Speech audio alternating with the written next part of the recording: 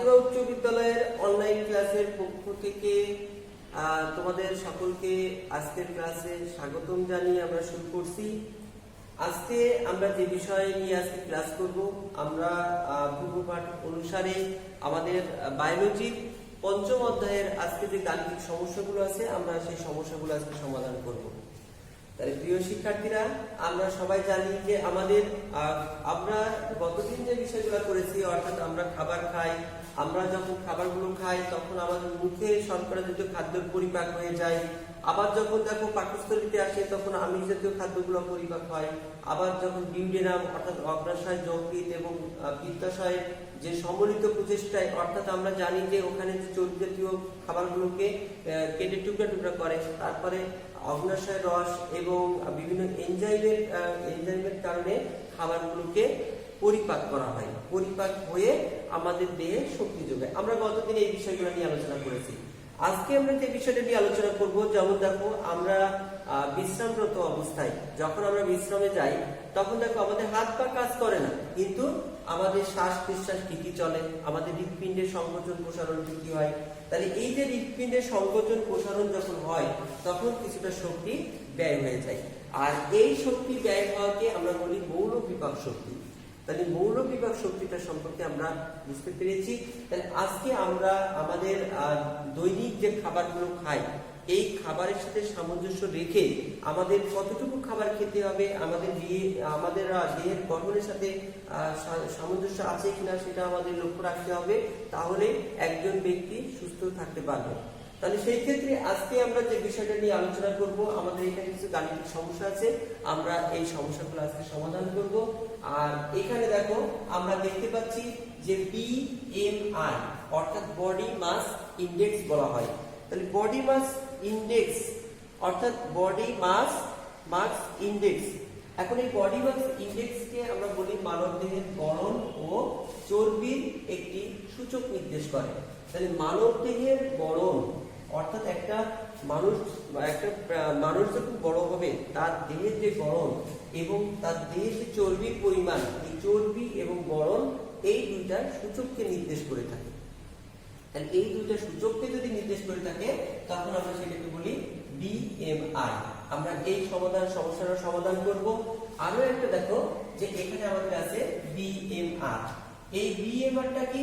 Basal metabolic rate, অর্থাৎ পূর্ণ বিশ্রামরত অবস্থায় আমরা যখন পূর্ণ বিশ্রামে চলে যাই, অর্থাৎ পূর্ণ বিশ্রামরত অবস্থায় মানবদেহে যে ব্যবহৃত যে শক্তির পরিমাণ, এই শক্তির পরিমাণটাকে নির্দেশ করা হচ্ছে BMR।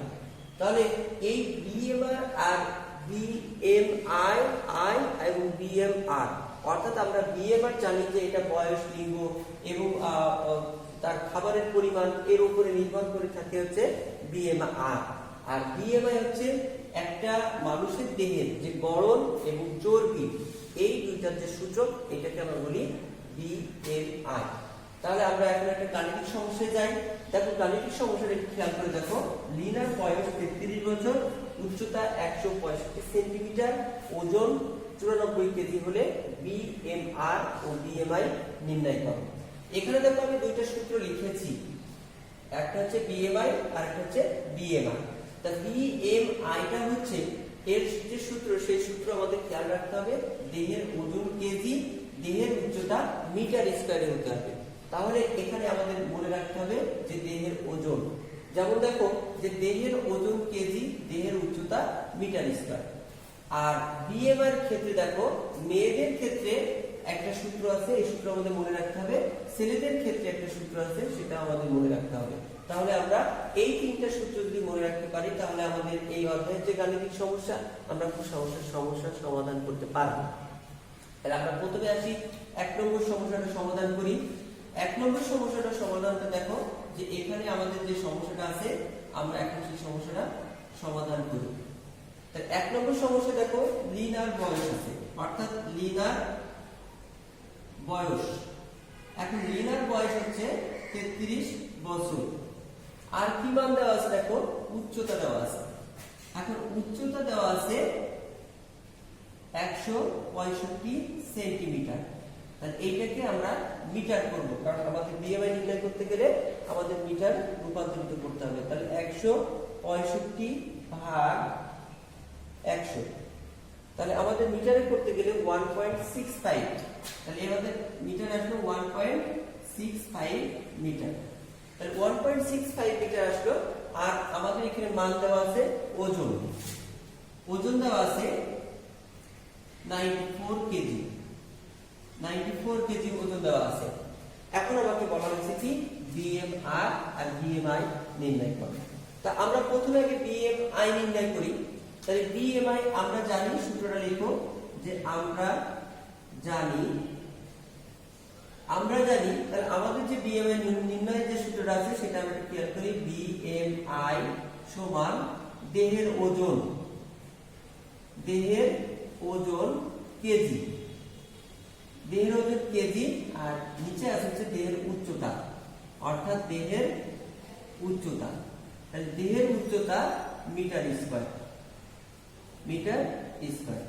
এইবার আমরা এটা নির্ণয় করব। তাহলে তার দেহের ওজন কত 94, তাহলে 94 কেজি। এবার দেখো তার দেহের উচ্চতা হচ্ছে 1.65, অর্থাৎ 1.65 মিটার এত স্কয়ার। তাহলে এইটাকে আমরা এখন ক্যালকুলেশন করব, তাহলে আমরা খুব সহজে তার বিএমআইটা নির্ণয় করতে পারবো। তাহলে আমরা এখন ক্যালকুলেশনটা করি। এখানে 94 ভাগ 1.65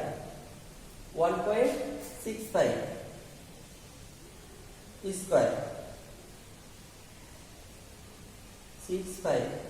তাহলে এখানে আমাদের বিএমআই আসলো 34.52, 34.52। এখন দেখো যে এই ব্যক্তির তার যে বিএমআই আসলো, এখন এটা আমাদের সামঞ্জস্য কিনা সেটা আমাদের দেখতে হবে, যে আমাদের শরীরের জন্য এটা অ্যাকুরেট কিনা। কারণ আমরা জানি যে এখানে আমাদের কয়েকটা তথ্য আমাদের মনে রাখতে হয়, সেই তথ্যগুলো পাশে একটু মনে রাখবো, তাহলে খুব সহজেই একজন ব্যক্তির বিএমআই দিয়ে তার বর্তমান অবস্থান বের করতে পারবো। তাহলে এই ব্যক্তির বর্তমান অবস্থানটা কি হবে দেখো, যে 18.5 এর নিচে যদি হয়, নিচে হলে তাহলে এই ক্ষেত্রে তার শরীরের ওজন কম, অর্থাৎ নিচে হলে তার শরীরের কি হবে ওজন কম হয়। এবার দেখো 18.5 এর নিচে, অর্থাৎ 18.5 থেকে যদি তোমার 24.9 হয়, 24.9 হলে তার অবস্থান হচ্ছে স্বাভাবিক, অর্থাৎ সে সুস্বাস্থ্যের আদর্শ মানে আছে। তাহলে সুস্বাস্থ্যের আদর্শ মান, সুস্বাস্থ্যের অধিকারী, সুস্বাস্থ্য অধিকারী, সুস্বাস্থ্য অধিকারী। আচ্ছা, এবার দেখো যদি আবার এখানে 24.9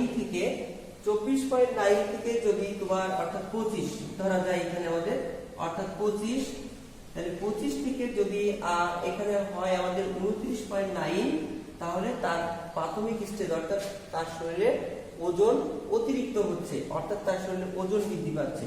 তাহলে ওজন অতিরিক্ত হচ্ছে, ওজন অতিরিক্ত। এবার দেখো 30 থেকে, অর্থাৎ 30 থেকে যদি আবার 34.9 হয়, তাহলে 34.9 হয়, তাহলে সে মোটা হওয়ার প্রথম স্তরে আছে, মোটা হওয়ার প্রথম স্তর, তাহলে মোটা হওয়ার প্রথম স্তরে আছে। তাহলে দেখো আমাদের একজন ব্যক্তির বিএমআই এর উপর নির্ভর করে আমাদের এই মানগুলো, অর্থাৎ এগুলো আমাদের মনে রাখতে হবে। যখন আমরা এগুলো মনে রাখতে পারবো, তখন আমরা খুব সহজেই অঙ্কটা সমাধান করতে পারবো এবং তার বর্তমান অবস্থান খুব সহজে বলতে পারবো। তাহলে কি হলো, 18.5 এর নিচে হলো ওজন কম, এটার থেকে হলে সুস্বাস্থ্যের অধিকারী, 25 থেকে 29.9 হলে তার ওজন অতিরিক্ত হচ্ছে, আর 30 থেকে হলে মোটা হওয়ার প্রথম স্তর।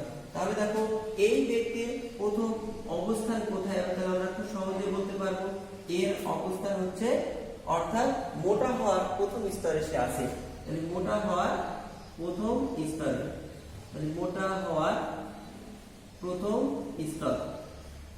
তাহলে দেখো এই রেঞ্জের ভিতরে আছে, অর্থাৎ এই ব্যক্তি তার দেহে ওজন সে আস্তে আস্তে মোটা হচ্ছে, আর এই মোটা হওয়ার প্রথম স্তরে আছে। আমরা খুব সহজে দেখো এই ব্যক্তির আমরা বিএমআই নির্ণয় করতে পারছি। তাহলে আমরা দেখো বিএমআই নির্ণয় করলাম এবং তার বর্তমান অবস্থান কেমন হবে সেটা সম্পর্কে আমরা দিচ্ছি। এবার আমরা নির্ণয় করব হচ্ছে বিএমআর। এখন যেহেতু আমরা জানি যে লিনা একটা মেয়ে, অর্থাৎ মেয়েদের ক্ষেত্রে আমাদের এই সূত্রটা প্রয়োগ করতে হবে। তাহলে আমরা যদি এই সূত্রটা এখন যদি প্রয়োগ করি তাহলে আমাদের যে সমাধান অর্থাৎ বিএমআর সমান আমরা লিখব হচ্ছে 655 যোগ 9.6 ইনটু ওজন কেজি, তারপরে দেখো প্লাস 1.8 গুণ উচ্চতা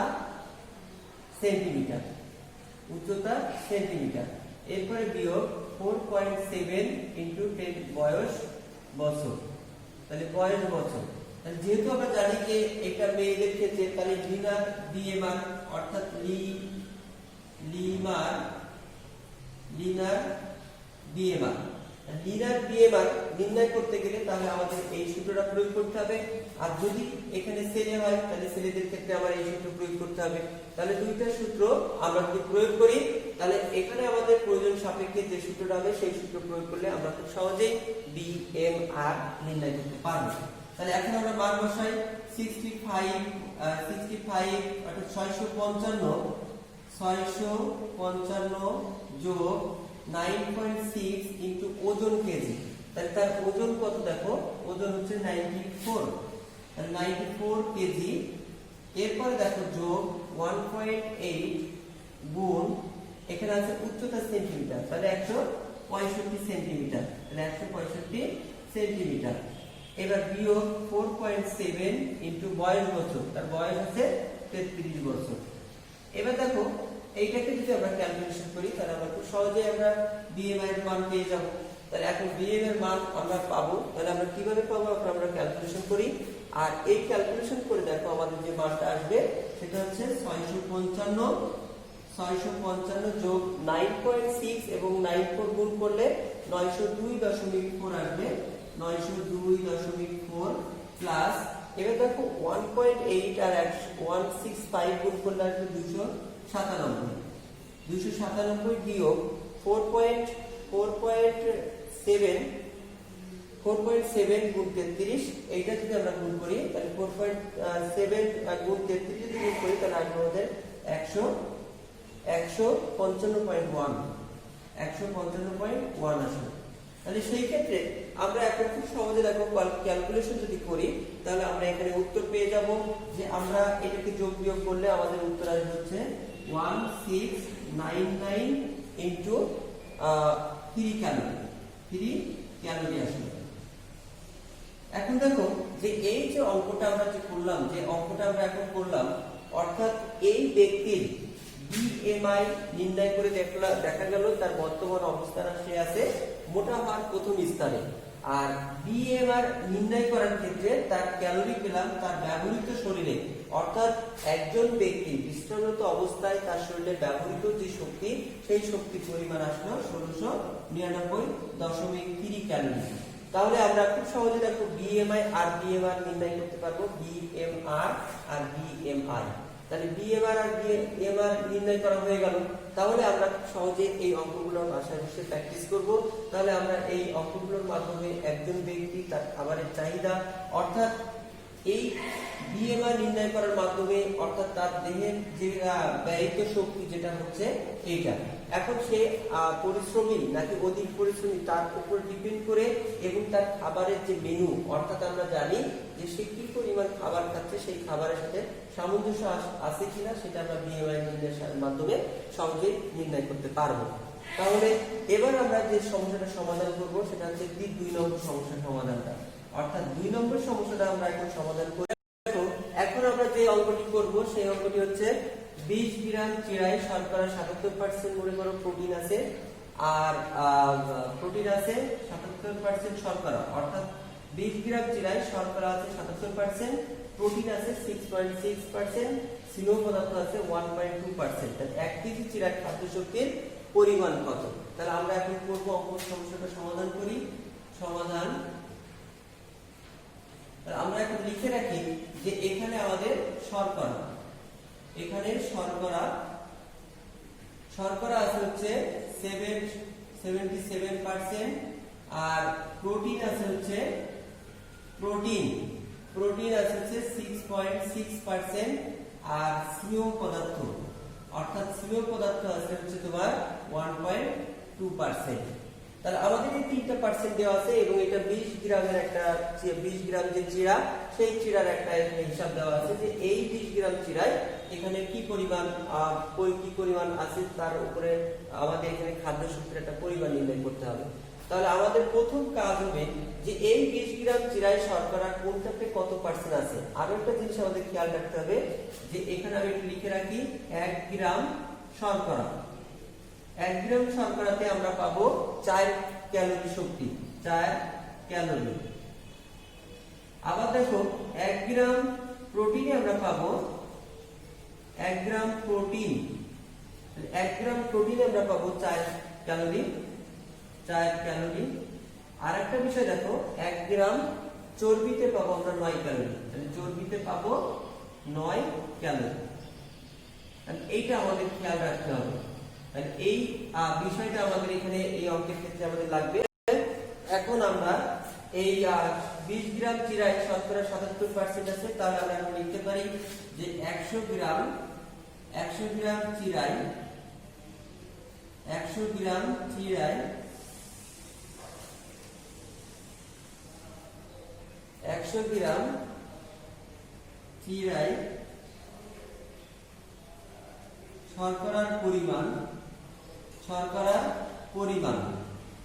তাহলে শর্করার পরিমাণ 77 গ্রাম। তাহলে একে কত হবে?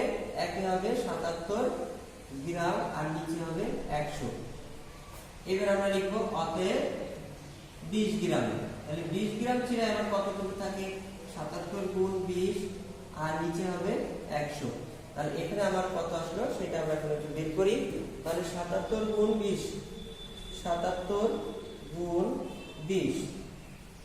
ভাগ 100, তাহলে এখানে আমরা আসলো 15.4 গ্রাম। তাহলে 15.4 গ্রাম আসলো। তাহলে এই 15.4 গ্রাম হচ্ছে আমার শর্করার পরিমাণ। তাহলে একই ভাবে যদি আমরা নির্ণয় করি, এখন লিখে দিই একই ভাবে। তাহলে একই ভাবে প্রোটিনের পরিমাণটা বের করি আমরা, প্রোটিনের পরিমাণ। তাহলে একই ভাবে আমাদের প্রোটিনের পরিমাণ হচ্ছে কত?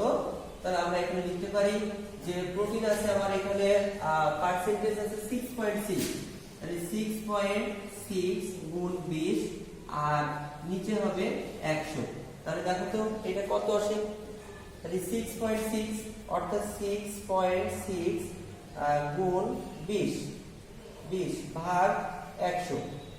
তাহলে এখানে আমাদের আসলো 1.32 গ্রাম, অর্থাৎ 1.32 গ্রাম এটা আসলো 1.32 গ্রাম। এবার স্নেহ পদার্থটা বের করো, যে স্নেহ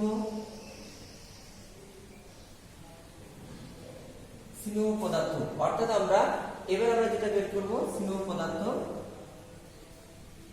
তাহলে স্নেহ পদার্থের পরিমাণ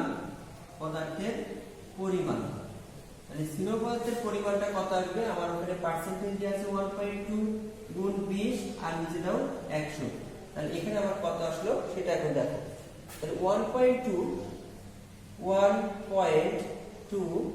গুণ 100, 1.2 গুণ 20 ভাগ 100। তাহলে এখানে দেখো আসলো 0.24 গ্রাম, অর্থাৎ আমাদের 0.24 গ্রাম, 0.24।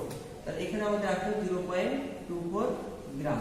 তাহলে দেখো আমাদের এখানে 3টা পরিমাণ আমরা বের করে নিলাম। আমাদের এই শর্করা থেকে আমরা 3টা পরিমাণ বের করে নিলাম। তাহলে দেখো যে এখানে আমাদের স্নেহ পদার্থের যে পরিমাণটা আসলো, এই পরিমাণটা আমাদের এখানে আসলো এইটা। অর্থাৎ এবার দেখো এই 3টা যে পরিমাণ পেলাম, এই 3টার মধ্যে আমাদের এখন কত ক্যালোরি আছে সেটা আমরা এখন নির্ণয় করব। তাহলে প্রথমে আমরা লিখি যে 15.4 গ্রাম শর্করার পরিমাণ। তাহলে শর্করার পরিমাণ কত হবে? শর্করার পরিমাণ হবে তোমার 15.4 গ্রাম, আর প্রতি 1 গ্রামের জন্য আমার 4। তাহলে এখানে আমার কত হয় সেটা বের করতে হবে। তারপরে দেখো 1.32 গ্রাম প্রোটিনের পরিমাণ কত আসে তাহলে দেখি। প্রোটিনের পরিমাণ আসবে 1.32 গুণ আমার 4 ক্যালোরি। তাহলে 4 ক্যালোরি সমান কত আসে সেটা আমার দেখতে হবে। আর আরেকটা আছে দেখো 0.24 গ্রাম স্নেহ পদার্থের পরিমাণ। তাহলে পরিমাণ হচ্ছে আমার এখানে আসছে 0.24 গুণ আমার ওখানে 9 ক্যালোরি। তাহলে আমরা এখন এই তিনটা ক্যালোরি আমরা একটা হিসাব করব। তাহলে তিনটা ক্যালোরি আমরা কত আসে সেটা আমরা একটু দেখি। তাহলে আমাদের এখানে আসলে হচ্ছে 15.4 গুণ 4। তাহলে এখানে আসলো আমার 61.60 ক্যালোরি। তাহলে এটা আসলো 61.60 ক্যালোরি। আর এরপরে দেখো দ্বিতীয়টা আমরা একটু গুণ করি। দ্বিতীয়টা আসছে 1.33, অর্থাৎ এখানে আমার আসছে 5.28 ক্যালোরি। 5.28 ক্যালোরি। এরপরে দেখো আবার 0.0 যে পরিমাণটা আসলো সেটা আসলো হচ্ছে 2.16 ক্যালোরি। 2.16 ক্যালোরি। তাহলে এখানে দেখো টোটাল আমার এই তিন প্রকারের যে খাদ্যটা আমরা পেলাম, এই খাদ্যটা তাহলে আমাদের মোট এখানে যেটা পেলাম সেটা হচ্ছে 20 গ্রাম। তাহলে 20 গ্রাম চিরার এখানে আমরা 20 গ্রাম চিরাতে যে মোট পরিমাণ পেলাম সেটা 20 গ্রাম চিরার মোট। তাহলে মোট এখানে আসলে আমরা এই তিনটা যোগ করব। আর এই যোগ করলে আমাদের আসবে হচ্ছে 69.04 ক্যালোরি। তাহলে 69.04 ক্যালোরি। তাহলে ক্যালোরি বা কিলো ক্যালোরি, তাহলে 64.04 ক্যালোরি অথবা কিলো ক্যালোরি আসলো। এবার দেখো আমার যদি 20 গ্রাম চিরায় যদি এত ক্যালোরি থাকে, তাহলে আমরা দেখো খুব সহজেই এখন আমরা নির্ণয় করতে পারবো। আমরা এখানে একটু তোমাদের কি করে দেখাই যে এখানে আমরা যে পরিমাণটা পেলাম, তাহলে আমার 1 কেজি চিরাতে খাদ্য শক্তির পরিমাণ কত হবে সেটা আমাদের নির্ণয় করতে হবে। তাহলে 1 কেজি সমান কত গ্রাম? 1000 গ্রাম। আর আমি 20 গ্রামে পাচ্ছি হচ্ছে এইটা। তাহলে আমরা এখন লিখতে পারবো এখানে যে এখানে যদি আমরা লিখি যে বিশেষ করে আমি তোমাদের এখানে একটু দেখাই দিই যে 20 গ্রাম অর্থাৎ 20 গ্রাম চিরার পরিমাণ চিরাতে মোট ক্যালোরি আছে হচ্ছে আমার 69.04 ক্যালোরি। এইটা আছে। এবার যদি একে হয় তাহলে আমার আসলে হবে 69.04 বাই 20 ক্যালোরি। অতএব 1000 1 কেজি বা 1000 গ্রাম। তাহলে 1000 গ্রামে আমার আছে 69.04 গুণ 1000, তাহলে বাই 20। তাহলে সেই ক্ষেত্রে আমার এখানে মোট ক্যালোরি আসবে কত দেখো। আমরা যদি এটাকে ক্যালকুলেশন করি 1000 গুণ 69.04 ভাগ 20 দিয়ে করলে 3452 ক্যালোরি বা কিলো ক্যালোরি। তাহলে দেখো আমাদের এই যে ক্যালোরিটা আমরা পেলাম, যে আমরা এইভাবে যদি আমাদের কোনো হিসাব নিকাশ বা কোনো গাণিতিক সমস্যা থাকে, বিভিন্ন ক্যালোরি হিসাব থাকে, তাহলে আমরা খুব সহজে আমরা এগুলো বের করতে পারবো। আর আজকে আমাদের যে বিষয়টা ছিল সেটা হচ্ছে বিএমআই আর বিএমআই, এই দুইটা বিষয় কি সেটা সম্পর্কে একটা ধারণা দেওয়া। আর এই বিষয়ের উপর আমাদের যে গাণিতিক সমস্যা সেগুলো আমরা সমাধান করেছি। পূর্বের ক্লাসে আমরা দেখেছি যে আমিষ, শর্করা, প্রোটিন, বিভিন্ন যে আমাদের পরিপাকের বিভিন্ন জায়গায় এই পরিপাকগুলো হয়ে থাকে আর এই খাবারগুলো, আর এই খাবারগুলো আমাদের দেহের সামঞ্জস্য, অর্থাৎ আমরা কি পরিমাণ খাবার খাচ্ছি, আমাদের দৈনিক যে খাবারের পরিমাণ তার উপরে ডিপেন্ড করে আমাদের এই গাণিতিক সমস্যাগুলো সমাধান করতে হয়। এই গাণিতিক সমস্যাগুলো আমরা দেখবো বইয়ে একটু ভালো করে তোমরা প্র্যাকটিস করবে। আশা করি তোমরা এগুলো বুঝতে পারবে। তাহলে প্রিয় শিক্ষার্থীরা, আমরা আজকে আমাদের এই ক্লাস এখানে আজকে শেষ করব। আর পরবর্তী ক্লাসে তোমাদের সকলকে আমন্ত্রণ জানিয়ে আমরা আজকের ক্লাস এখানে শেষ করছি। সকলকে ধন্যবাদ।